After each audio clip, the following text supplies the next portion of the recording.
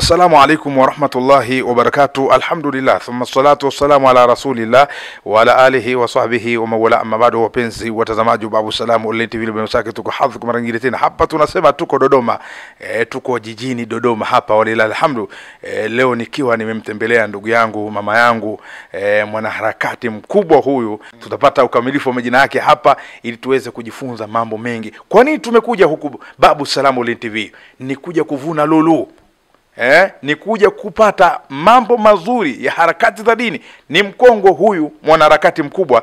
Kwanza tu ndugu yetu, mama yetu, tunakukaribisha kwanza Babu Salam Online TV. Vijana wako wametoka katika wilaya ya Kondoa na hapa wako katika mkoa wa Dodoma.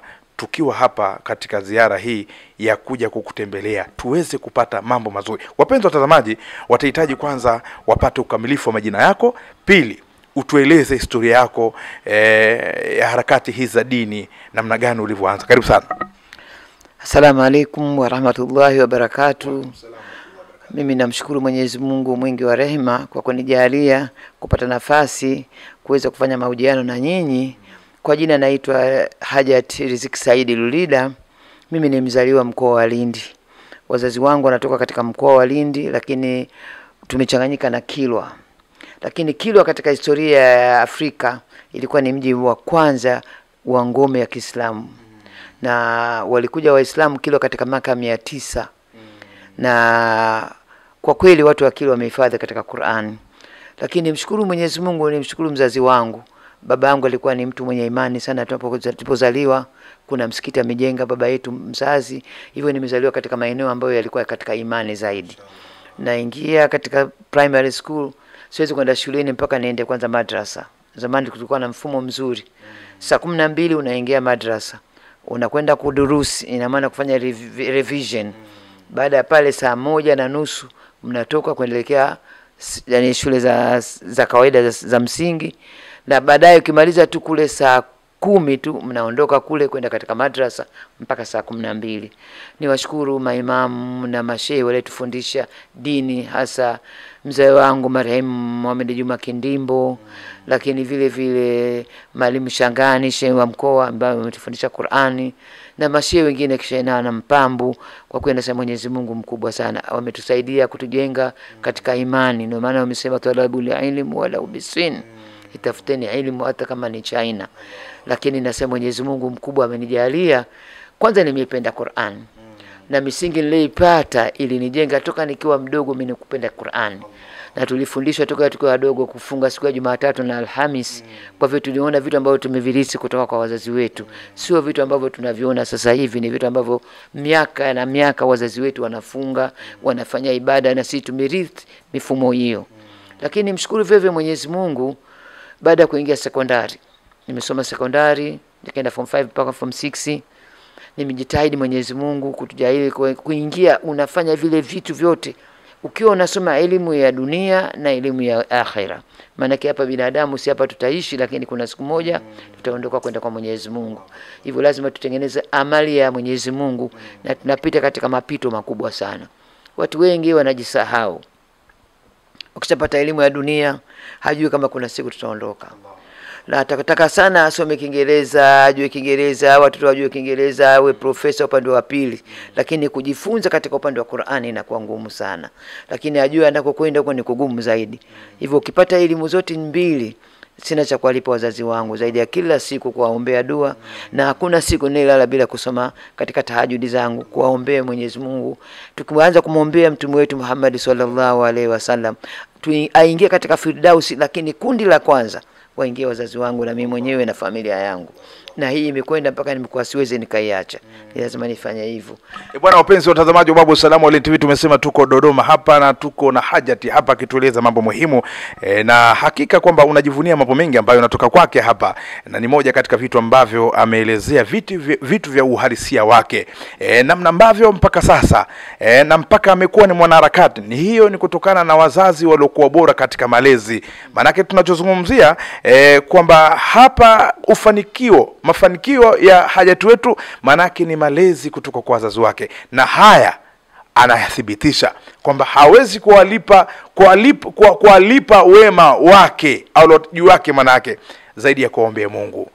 Na hii ni kazi kubwa. Haja kwanza Mungu akubarikie khairi kwa kazi kubwa ambayo kwanza unaifanya. Hakuna kazi kubwa ambayo mtu anaweza kaifanya leo kama kazi ya kuwakumbuka wazazi wawili. Leo watu wamesahau wema kama huu. Hawajui wazazi wake walipata tabu gani namna gani kama ulivyosema, na hapa tumeona katika maelezo yako kwanza umewashukuru walimu na kuombea dua wale utangulia waliokuwa hai kwa waombea Mungu. Kadhalika ni kuonesha kwamba unathamini kilichotoka katika vinywa vyao. Mungu akulipe khairi. Leo tumekuja hapa Babu Salam, kwanza tutambue Qur'ani ilikupelekea namna gani mpaka kwa mwanaharakati. Kwanza nimshukuru Mwenyezi Mungu akikuzindua kwa umezinduka na mambo ya ibada, basi unasema alhamdulillah.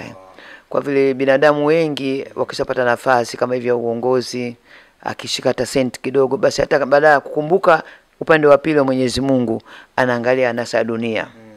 Utaona mtu amekaa, mwanamke mtu mzima na heshima zake, anavaa wigi, hajui kama hajitandi wala hata muongozo katika nyumba yake, kwa hii nyumba ni ya kidini na kwa ngumu.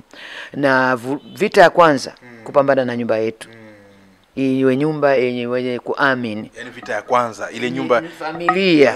Hata siku ya mashindano ya Qur'ani ulimwona mjukuu wangu anayesoma suratul Mulk. Yule mtoto anasoma Marekani, ametoka Marekani sasa hivi anachukua masters Uswisi. Lakini yule mtoto pamoja na kwa vile tulimlea katika mazingira ya kiibada mpaka anakaa Marekani, lakini bado unamuona anajitanda. Wakati anasoma Marekani alisema watu wenzangu mpaka walikuwa wanashangaa, mpaka nikapata marafiki nao wanajitanda. Hivyo vyote ina maana maadili hayawezi kuanza bila kuanza ndani ya nyumbani kwako. Watu wengi maadili yanavunjika kutoka nyumbani kwao. Kwa anamlea mtoto haamini kama kuna siku atakufa, atamwacha mtoto yule pale. Lakini ukimlea mtoto wako katika njia ya maadili na muongozo wa kiimani, basi utakuwa umemwachia lulu katika maisha yake. Na si hivyo tu, unakaa ukijua mimi Riziki Said Lulida, utaulizwa na Mwenyezi Mungu, ulibakia duniani, uliachia nini dunia yako? Hakuna cha kusema. Ina maana lazima tujifunze kwa tunachokiacha hapa ikiwe cha amali ya duniani. Baada ya kumaliza elimu yangu, unajua sisi wengi tumezaliwa katika Uislamu, lakini the more unavyozidi kupata elimu na jinsi unavyozidi kufungua akili yako. Cha kwanza nimekwenda haji, lakini mpaka sasa hivi nimekwenda zaidi ya mara 10. Allahu Akbar. Sana. Mara 10 umekanyaga pale. Mara 10 nikiwa na rafiki zangu na mimi taasisi yangu ikipenzi Istikama. Istikama ndo taasisi. Istikama Mother Care. Hiyo ndio taasisi ambayo mimi nimekuwa nayo muda wote, nikiwa na kina Sheikh Abdallah, kina Slim, marafiki zangu wale wote wale, Dr. Naufal, mimi nakuwa nao kila mwaka. Na kwa kweli Mwenyezi Mungu awalipe. Mimi ni mlemavu, wakaenda kwenda hija na ile taasisi, lakini ile taasisi ni ya kwanza kudili na watu wenye ulemavu na wakafanya ibada zao kwa haki lillahi, na wao wakiwa na kusimamia. Kwanza ile taasisi ya Istikama Mother Care imetengeneza mfumo wa kuwa iko karibu na maeneo yote ya kiibada. Ukienda Maka mnakuwa karibu na msikitini, ukienda Madina mnakuwa karibu na msikiti wa Madina. Hivyo hata mimi nikitaka kwenda msikitini napata raha sana. Lakini tukenda Mina, katika viwanja vya Mina au kwenye Arafa, majengo yao tunakuwa karibu na Muzdalifa, na wananibeba wenyewe katika wheelchair mpaka naingia kwa tena, mpaka natupa mawe pale, nasema alhamdulillah, au wahifadhi wale kaianzisha Istikama. Lakini na hao marafiki zangu leo wataja Dr. Naufal, Mwenyezi Mungu amjalie leo mpaka umlikiama, Dr. Slim, Dr. Mtumwa, mkwe wangu Sheikh Abdallah. Wallahi nasema mpaka ndugu zangu mimi nimewaingiza katika imani baada ya kuzidisha zaidi ibada na watu wa Istikama. Tunakwenda Maka katika mazingira ya kusali mazuri. Wao ndio watu wa kwanza kuwalaza watu katika vitanda. Alikuwa watu walali chini. Lakini huduma unaipata pale hakuna taasisi nyingine, itabidi wajaribu wajifunze kwa kutoka Istikama. Kuanzia chakula, malazi, wewe ni mtu ambaye unafarijika na wale watu. Lakini vile vile baada ya kuingia bungeni sikuacha ibada zangu. Mimi ni mwenyekiti wa Faraja Islamic MPs, wabunge wa Islamu, mimi ni mwenyekiti. Katika pale bunge tuna caucus, lakini caucus saidi ya Kiislamu upande wa wanawake mimi ni mwenyekiti. Lakini maana yake ni nini? Kuwaunganisha wanawake wa bunge wote wa Kiislamu, kwa tusijisahau kuwa mbunge ni lazima usimame na Mwenyezi Mungu. Unatakiwa mbunge muda wa kwenda kuswali kaswali. Ikifika Ijumaa saa 6 ondoka kaswali. Sio kusema mimi nimeingia pale ubunge basi unamsahau Mwenyezi Mungu. Utamkumbuka nini kwa Mwenyezi Mungu wako katika faradha leo? Amekupa faraja kubwa, amekupa heshima kubwa, utarudisha nini kwake? Utarudisha kwake baada ya kufanya ibada ya kutosha. Lakini vile vile nilipata ajali ya gari. Nikiwa mbunge nikavunjika mguu baada ya kufanya operation, upande mmoja nimeparalyze. Hivyo mimi nimekuwa mlemavu. Kwa hiyo ulemavu wako wewe umeupatia ukiwa kazini, manake ukiwa mbunge ndio umeupatia huo. Nani ulemavu na ni mlemavu na sasa hivi umezidi mpaka nimewekewa chuma cha bandia katika magoti yangu. Lakini nasema Mwenyezi Mungu yote ni khairi zaidi. Maana baada ya kupata ulemavu ndio nimezidi kuongeza imani. Na ndio maana nikasema mimi nitakuwa nasimama na watu wenye ulemavu katika ibada. Kwa nini nasema hivi? Watu wengi wakishaza mtoto mlemavu anakuwa hampi elimu. Kwanza wanapata nao tabu kusema mtoto wenyewe umbebe mgongoni kumpeleka madrasa, umbebe mgongoni umpeleke shule. Hivyo anaona yule mtoto mlemavu ni wa kumweka ndani tu alale basi. Lakini nikasema hapana. Mwenyezi Mungu amesema wama khalaqtul jinna wal insa illa liya'budu. Sasa hii yote maana yake ni nini? Ameumba majini, akaomba binadamu wa muabudu. Lakini je, mwanadamu gani? Mwenyezi Mungu hakubagua watu. Hakutaja neno mlemavu hapa. Ameona wale wote ni watu wake. Allah. Hivyo mimi nikasema Mwenyezi Mungu, umenipa nafasi ya kuwa mlemavu, basi nisimame na takwa ya walemavu. Na ndio nikasema mimi cha kwanza ninahakikisha kama nina watu wenye ulemavu kuanzia kwangu kuwasimamia watu wenye ulemavu. Kama unavyoniona nitapambana kutafuta wheelchairs, lakini nakwenda kumpa mtu mwenye ulemavu. Nitapambana kutafuta wheelchair, kutafuta wale wazee wenye kuhangaika. Unajua ulemavu hata uzee nao ni ulemavu. Hata ukipata stroke nao ni ulemavu. Unamwona mtu amepata stroke anataka kwenda chooni, wanambeba wanahangaika naye. Unakuta mtu amepata stroke, amelazwa kitandani, hainuki wala kutoka barazani. Kwanza atazidisha magonjwa yake kwa mengi zaidi. Kwa nini? Unajua maana yake nini? Umeshapata stroke, utoka hata barazani, kuna nini? Jamani, toka unaamka asubuhi unaangalia kitanda, basi mwisho wake Mwenyezi Mungu unapata fadhaa kubwa. Lakini kama yule mtu wako amepata ulemavu, amepata stroke, hata iwe ajali, basi ukimweka katika wheelchair, ukimpeleka nje anafarijika. Ukimtia ndani ya gari, ukienda naye hata mahali pa kupumzika kama vile Coco Beach, anabadilisha kuona wenzake na watu, na yeye atakuwa anafurahi sana. Mgonjwa amekaa muda mrefu ndani. Kuna magonjwa mengine yanakuweka ndani hata miaka 5.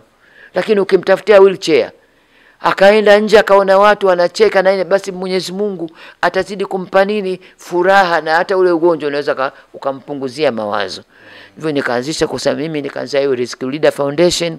Nilikuwa na NGO ya kwanza inadili na walemavu na yatima. Lakini hii foundation imezidi kuniongezea uwigo. Kuwa lazima tutambue kama kuna kufa. Na lazima tulizaliwa. Tunakokufa tunakwenda wapi? Hivyo tunatengeneza nasaha ya Mwenyezi Mungu ya mbele yetu. Hivyo katika kutengeneza hii foundation, katika foundation kuna mambo 5 nimeyapanga. Kwanza, kuhakikisha watu wenye ulemavu wanapata ile elimu, iwe ya dunia na iwe akhera. Lakini la pili, nimetengeneza eneo la kupata matibabu. Nimefungua dispensary kisasa. Ile hospitali ile maana yake walemavu watakuwa wanapata bima hata kama ya chini, basi ile nyingine tutakuwa sisi wenyewe tunachangia kama fisabilillah. Na nyingine tumeiweka Kigamboni katika zile kijiji. Huko nako tumefanya kitu kama hicho kuhakikisha watu wote wanapata mazingira magumu watapata msaada nafuu kwa kupitia hiyo dispensary ambayo ni charitable, ambayo iko chini ya Rescue Leader. Inaitwa RLF Disability and Charitable Center. Nia na madhumuni, ulemavu sasa hivi uko karibu sana. Umeona vijana wanavyopata ajali za pikipiki. Kwa siku unaenda Muhimbili, hata jinsi ya kuhudumia watu wanakatika mikono, watu wanakatika miguu. Ina maana kundi la walemavu limekuwa kubwa Tanzania mwaka huu katika sensa. Tuko watu walemavu milioni 10.7. Kwa nini nimeanzisha hii kitu? mimi ina mdogo wangu mpenzi anaitwa Nurdin Kishki. Yeye alikuwa tuko naye pamoja toka tunaanza veterinary katika mashindano ya Qur'an mpaka tumekwenda PTA. Niko na Nurdin, lakini baada ya Nurdin kufika pale nikajiuliza, kama Nurdin ni mtoto mdogo ameweza kusimama na imani mpaka amefikia pale, basi mimi na uwezo kabisa. Allahu Akbar. Nikasema mimi nitajaribu, na sio kujaribu, mimi nitathubutu. Na nikathubutu. Katika kuthubutu yale mashindano ya Qur'ani imetuletea miujiza mikubwa sana. Kwanza wakati naanza sikuamini kama naweza nikapata zawadi ya kuwapa wale watoto, lakini Mwenyezi Mungu ukiwa na roho yako nyeupe tulipata misaada ambayo hata kutoka haijulikani. Wa yarzuku min al-haythi la tahasibu. Hakika niombeni, mimi nitakuwa mtetezi wenu, maana yake waman yatawakkal ala Allah fa huwa hasibu. Hakika ni mimi ndio mtetezi wenu. Tulipata zawadi za kufurahisha. Walitupa watu ng'ombe, walitupa watu mbuzi, watu wamepata chakula cha kutosha. Nimepata bajaji, nimepata pikipiki, na tumeenda kugawa mpaka Zanzibar. Tumesafirisha mpaka Zanzibar na kusafirisha mpaka Pemba. Kila mwenye zawadi yake imemfikisha mkononi katika eneo lake aliyofikia pale. Hii yote maana yake nini? Kujenga imani. Al-Islam min al-imani fatanadhafu. Usifanye kitu kile kwa ajili ya prestige, watu wakuone, hapana. Fanya kitu kile ukijua yule unayempa kitakwenda kumfariji na kuweza kufaidika. Bwana wapenzi watazamaji wa Babu Salam Online TV, tumesema tuko Dodoma hapa na tukiwa na Hajati hapa akitueleza mambo muhimu sana. Kwa kweli ni mambo ambayo unatakiwa sana tujifunze, hasa katika maisha haya na pindi ambako unapopitia katika harakati hizi za khairi. Walilahi alhamdu, tumejifunza mambo mengi sana. Ukhti, Mungu akulipe khairi. Bimkubwa, kwanza umezungumza vitu ambavyo kwa kweli yoyote mwenye kukutazama kwa kupitia channel Babu Salam Online TV atakuwa amejifunza. Umetueleza hapa kwamba Mwenyezi Mungu alikupa mtihani wa ajali, ukawa ni miongoni katika mitihani hiyo ulioingia manake, na ukaonelea kwamba watu kama hawa tunasaulika. Watu kama hawa hawana uwezo, hakuna watu wa kuwafikia.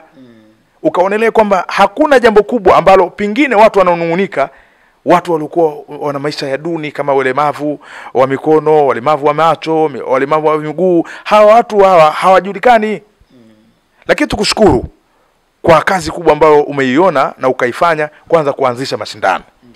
Na ukaniambia kwamba wewe ni mwenyekiti. Umeanzisha mashindano haya. Kuna wako ambao watatamani kukuunga mkono kwa namna moja ama namna nyingine kuhusiana na harakati ambayo unaifanya. Unawaambia nini ukhti? Kwanza tumeisajili taasisi yetu, lakini vive nimesajili mpaka Kosota. Tumesajili kwa vile mwaka jana tumeanza na mashindano ya kitaifa, lakini tunakwenda mashindano ya kimataifa. Wallahi sikutegemea kama nimefanya kitu kizuri. Tuko naye balozi wa kutoka Uturuki ambaye yuko Madagascar. Tulikuwa naye katika ile mashindano. Anasema dunia yamefanyika mashindano yote walisahau watu wenye ulemavu. Ina maana mimi nimeibua kitu namba 1 duniani kwa kuanzisha mashindano ya Qur'ani kwa watu wenye ulemavu. Lakini vile vile nimshukuru Mheshimiwa Rais.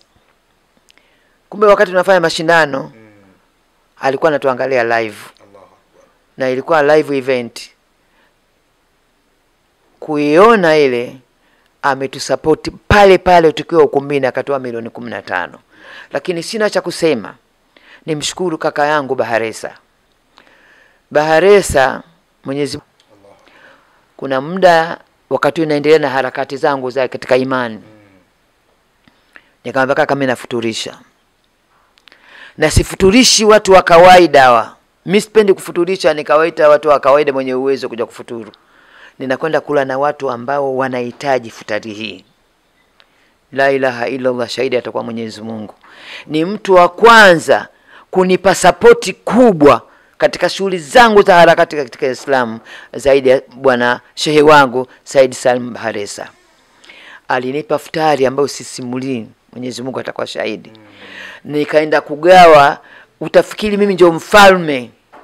Watu wamenipa, napata sifa hii, lakini sifa hii ya kwanza imetoka kwa kaka yangu Said Salim Baharesa. Mwenyezi Mungu kila aliyepata sadaka ile, shukrani zake hazikuwa ndogo.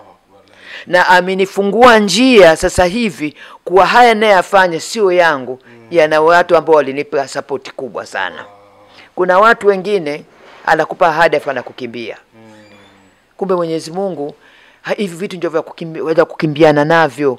Wewe huwezi kufika kijijini kabisa kwa watu ambao wanakunywa uji wa chumvi na muhogo wa kuchemsha. Nilitoka na mama yangu tutapita kugawa futari. Akaniambia twende kwa ndugu yangu. Muda wa kufuturu umefika. Wallahi nilijisikia vibaya. Yule ndugu yangu nimekuta amechemsha muhogo, samaki wa kuchemsha, uji wa chumvi. Hana futari wala hana daku. Nikasema kumbe hao ndio wanapata thawabu. Sisi wa mjini ambao tunakula chakula tukatupa katika unapika vyakula 30, 20 vingine unatupa, sisi bado tunatengeneza fadhila ya Mwenyezi Mungu. Tunatengeneza israfu ya dunia. Allah. Lakini kuna watu wako vijijini, mtu haoni, anafunga, anatafuta maharagi nusu kilo, wale ndio watu wa kuafikia. Wengine wote hawa hizi wana mkualika huko mmealika nao, kwa nini msende mkaalikana mkaenda kula na watu wasijiweza? Wale ndio wanahitaji zaidi kuliko kutaka kumwalika mtu mwingine. Mwenyezi Mungu nasema tena kumshukuru Mheshimiwa Rais. Kitendo cha yeye kuguswa kama rais angepuuzia, lakini alitoa shilingi 500 kwa kila mshiriki. Na kwa kweli washiriki wale hawana cha kusema zaidi ya kumuombea. Tumekwenda Zanzibar, wale washiriki wamesema sisi hakuna cha kusema zaidi ya kumuombea. Wakati tunafanya mchujo, kuna kijana mtoto mdogo wa miaka 12 anaadhini, nilimfananisha na bin Rabah. Allah, Bilal bin Rabah, ya Bilalu ya Bilal bin Rabah. Yule mtoto anaadhini mle msikitini, basi kila mmoja ileka pale utumbo unatetemeka, haoni.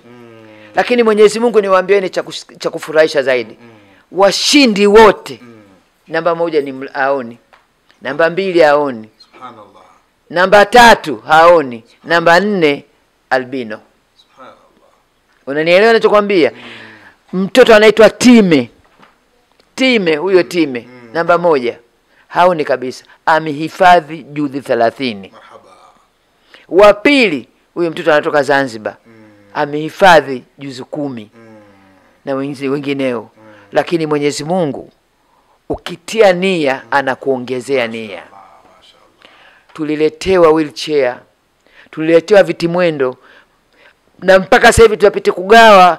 Mwenyezi Mungu anazidi kutuongezea kwa vile tulifanya kitu ambacho kimempendeza Allah Subhanahu wa Ta'ala. Sasa hivi tunachofanya sasa hivi, ninawaombeni Waislamu, vijana wanahangaika, yatima wanahangaika. Hela zenu wekezeni katika maeneo ambayo mtaweza kuwatunza hao watoto nao wafarijike. Tumkumbuke Nabii Muhammad sallallahu alaihi wasallam, yatima yule ndio ameizindua dunia. Leo hakuna bahali duniani utakwenda wasilijue jina la Muhammad sallallahu alaihi wasallam, na ni yatima yule. Na ametoa sura mbalimbali ambazo zote zinamtaja yatima. Araita alladhi yukadhibu bid-din fadhalika alladhi yaduhu li yatim wala yahudhu ala ta'am miskin, na maskini ndani yake. Lakini akasema tena wadhuha wal laili idha saja mawaddaka rabbuka wa makala walal akhiratu hailun laka min al wala saufa yutika rabbuka fataradha alama yajidika yatiman. Tayari kuna yatima mitaja hivyo ndani ya Qur'ani ya Mwenyezi Mungu, anataja yatima. Je, jiulize wewe Muislamu, nyumbani kwako na yatima? Mali yako unaipata inamsaidiaje yatima? Mtoto yatima anatafuta uniform, wewe ni una uwezo, tumia nafasi hii ule kwa nayo kumkumbuka mtoto yatima ili upate faraja ya Mwenyezi Mungu. Wengi hawaangalii. Ataangalia mziki unasema nini, ataangalia tattoos inasema nini. Watoto wa Kiislamu wanasuka nywele, watoto wa Kiislamu wanafunga misalaba, lakini unaona kabisa kurudi kwa Mwenyezi Mungu wake kwa alichokipata ameshindwa sana. Tuna kitu kunajifunza. Anasemaje? Anapokupa Mwenyezi Mungu tafakari sana. Mwenyezi Mungu akikusaidia akakupa uwezo, basi ile mali ile iko nayo yako. Na kwa nini alikupa wewe? Alikupa ili unawaone wenzako wenye shida. Sasa akikupa mali ukasema nataka nijenge magorofa 50, haya na maana yoyote. yale mali ile yote utaiacha duniani hapa hapa. Unaondoka kule na sanda tu na kisehemu kidogo tu ndio unachoondoka pale. Na watu wanaondoka pale wanakufukia. Na ukichukua tu saa hizi, ukiondoka baada ya 5, baada ya wiki moja magorofa yashauzwa. Hivyo ulichokiacha kile hakikuwa chako. Unachotaka kiwekeza kwa Mwenyezi Mungu kitakuwa chako kwa kujenga misikiti, kujenga madrasa, kujenga vituo vya kutunza watoto kama wale. Kwa mfano Waislamu walivyokuwa na uwezo. Ingekuwa kila Muislamu ana eneo lake. Iwe Kigamboni ana msikiti wake, ana nyumba zake na watoto wamewatunza pale. Tungekuwa hapa saizi. Wale watoto wote wangekuwa mpata mahali pa kupata. Wangepata kinga ya kutunzwa wale watoto wakapata na wao riziki. Wangepata kinga ya kusoma wale watoto. Lakini wengi hawatambui hiyo kitu. Lakini mimi nawakumbusha Mwenyezi Mungu kwa kupitia hii TV hii hapa leo na ninaiona. Basi Mwenyezi Mungu awazindue. Allahu Akbar. Wajenge misikiti ya kutosha. Wajenge vituo vya kutosha ili watoto wale wafaidike. Shehe wangu, mimi ni makamu mwenyekiti wa kamati ya bunge. Nimetembelea katika maeneo mbalimbali. Leo naenda kanda ya Ziwa. Mtoto albino anauawa hapo hapo akizaliwa. Na mwingine mama yake anahangaika naye, anakuja kupokwa yule mtoto na kunyang'anywa, anaenda kuuawa. Lakini je, mkiwatengenezea maeneo kama hayo, wale watoto wangeweza kutunzika, wakaweza kuishi na kunusuru maisha yao. Je, hilo nalo mnalikumbuka? Au mnakumbuka maisha ya dunia, maisha ya kupanda jeti? Hakuna kitu ndani ya jeti. Jeti yako ndio itakayo kuchukua katika jeneza kukupeleka chini ya ardhi. Bwana wapenzi watazamaji wa Babu Salam Online TV, tumesema tuko hapa Dodoma hapa tukiwa na hajati wetu hapa akituambia mambo muhimu sana. Naamini mpenzi mtazamaji umejifunza kitu katika mambo ambayo yaliyozungumzwa. Wallahi kama utakuwa unayatafakari maneno yaliyozungumzwa na hajati wetu, wewe utakuwa ni mtu namba 1 kufanya khairi hii. Katika vitu ambavyo unaweza kupata manufaa fi dunia wal akhirah ni kutazama watoto yatima, ukamweka mahala pazuri yatima, ukamtunza yatima, ukamlisha yatima, ukamvisha yatima. Lakini yote na yote haya ukifanya uwema huu, Mtume sallallahu alaihi wa alihi wasallam anasema albirru la wema huozi. Huenda pingine mtoto wako akawa ni yatima kwa dharau yako, Mungu akakuchukua. Sasa ule wako atalelewa na nani? Ule wema ule utenda wewe, Mungu ataleta watu na mtoto wako atakuwa katika mazingira mazuri. Mzee wangu, mama yangu, nimalizie kwa maneno yangu machache. Kwanza tunakushukuru sana. Leo Babu Salam Online TV na watazamaji wote ambao watakifuatilia channel hii kwamba wameenjoy na wamepata kitu kutoka kwako.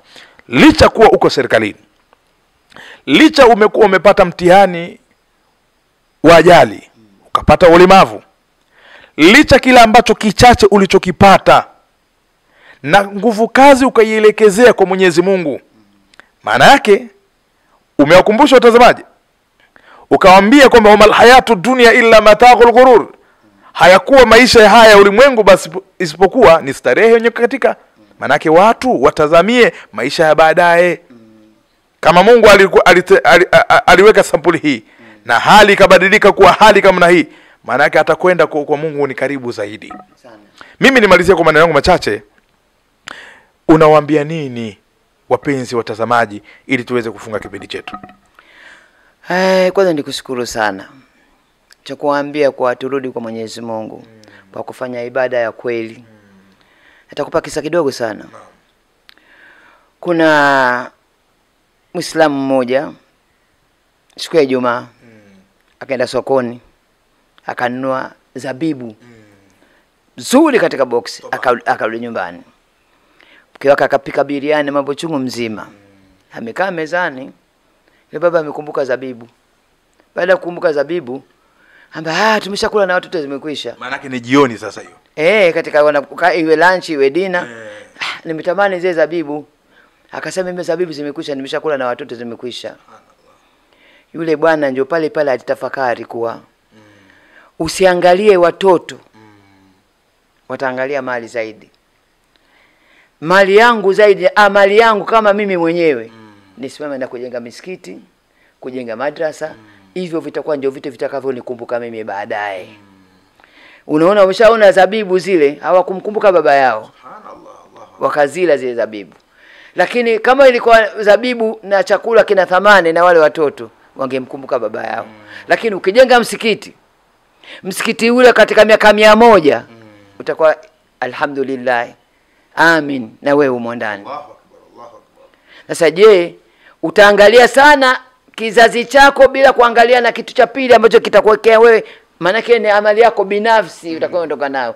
Huondoke na mtoto wala mjukuu, wala uondoke na gorofa. Kitachoondoka wewe ni amali yako, utekee hapa mjini. Nikiwa mbunge nilitumia fursa ya ubunge vizuri sana. Kwa nini unajua? Nataka nikumbushane tu. Una uwezo wa kukutana na balozi.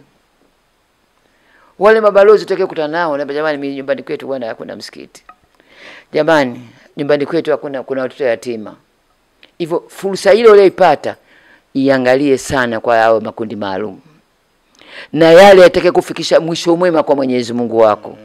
Sio wewe kuwa na mbunge na ukawa wewe ni prestige, umevaa madhahabu, mikuuni yote umefunga mikufu, lakini kumbe haya yote utayaacha hapa duniani. Unaondoka na V8 unaiacha nje. Watu wanapiga hesabu ya V8. Kama ulikuwa na gorofa lako zuri, watu wanapangana, hii gorofa mimi nalitaka mimi hili. Na mwingine kama sema hivi tuuze. Utauza. Lakini kama ulijenga msikiti, Mwenyezi Mungu atakupa amali yako pale. Na atakukumbuka kwa hilo. Na tuendelee kufanya ibada za kweli. Tuamke usiku tufanye tahajjud. Sisi tulizaliwa hatukuwa na dini ya kutosha. Lakini je, sasa hivi mitandao inakuonyesha dini. Sana. Ukiingia katika humu ndani, mimi kuna sura nilikuwa sijui kuzisoma. Allahu Akbar. Lakini wallahi sasa hivi kinaambia kuna dua zingine kile nikiamka. La ilaha illa Allah la azimul alim.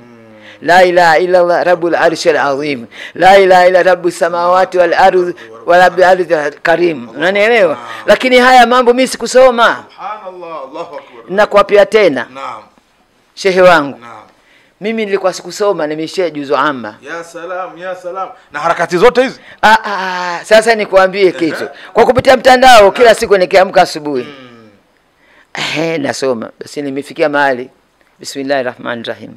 Yasin wal Qur'anil Hakim. Innaka la minal mursalin ala siratil mustaqim. Tanzil azizir rahim. Litundhila kama ma undhila abahum fa hum hafidun. Laqad hakal qawlu ala aktar فهم هم إنا جعلنا في أحناك أخلالا إلى الأذقان فهو umeshanichanganya. Tunakwenda tena waja'alna min aidim sadda wa min halfim sadda fahashainahu fahum la yubsirun. Hivyo ndakwenda wasawao na illa albalahu limubin, illa albalahu limubin, illa albalahu limubin. Lakini yote haya huwezi kuyapata bila kusoma. Subhanallah. Yote haya huwezi kuyajua bila kufanya nini? Kulazimisha. Lazima ulazimishe. Kama ulilazimisha ukawa profesa, unashindaje kuisoma Qur'an? Eti wewe ni Muislamu. Unasema I have a PhD, I have a doctorate. Lakini mzee, do you have one juzu? Subhanallah. Atakwambia mimi sina. Itakusaidia nini uprofesa wako? Itakuwa ni uprofesa wa duniani. Lakini kwa Mwenyezi Mungu umeshinda kuhifadhi juzu moja.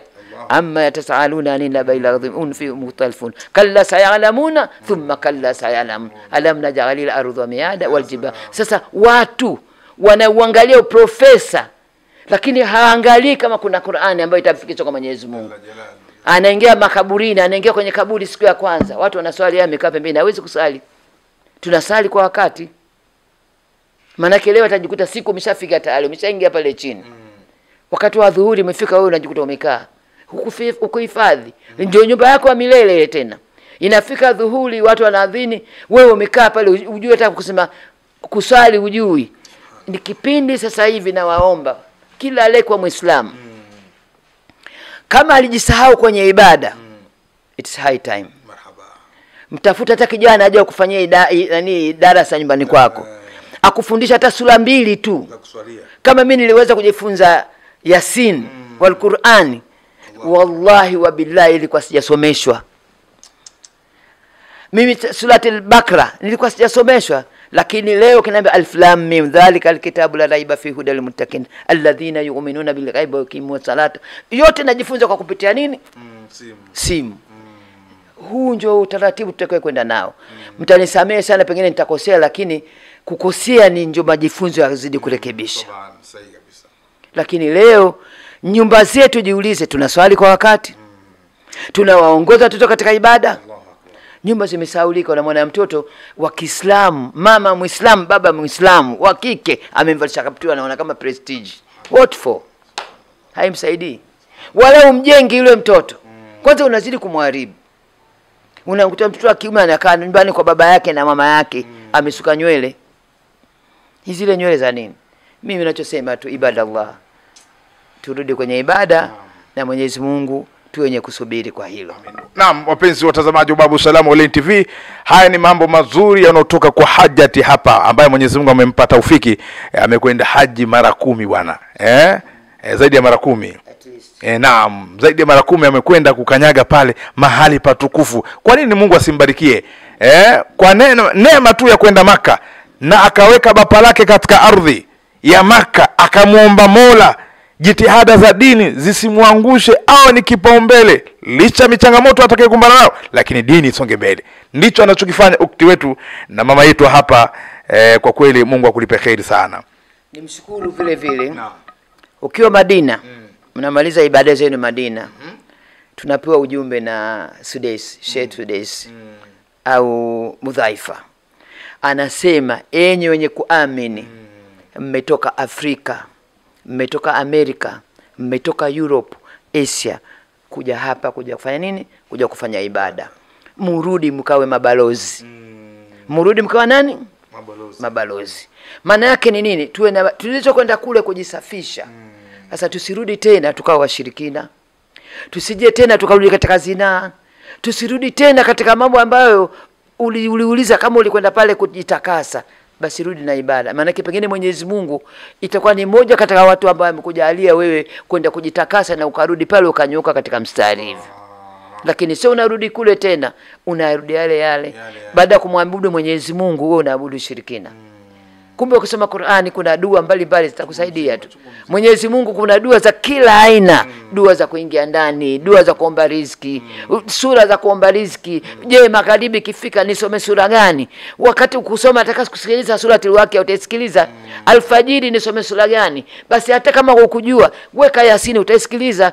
Magharibi nifanye nini? Je, nikifika tahajjud nisome sura gani? Utaipata. Vyote hivi Mwenyezi Mungu ametupa wepesi. Lakini je, tumejitafakari kwa hilo? Mimi niwaombee dua zaidi. Amen. Nataka niombe dua dakika 3 tu. Na mimi kwa yote nilikuwa nao machache, ili wenzangu na mimi tuombeane ili tuwe wenye kuamini na wenye kusubiri. Alhamdulillahi rabbil alamin wa salatu wa salamu ala sayyidina Muhammad wa ala alihi wa sahbihi wa sallam. ربنا تقبل منا إنك أنت السميع العليم. ربنا تقبل دعاء إنك السميع العليم.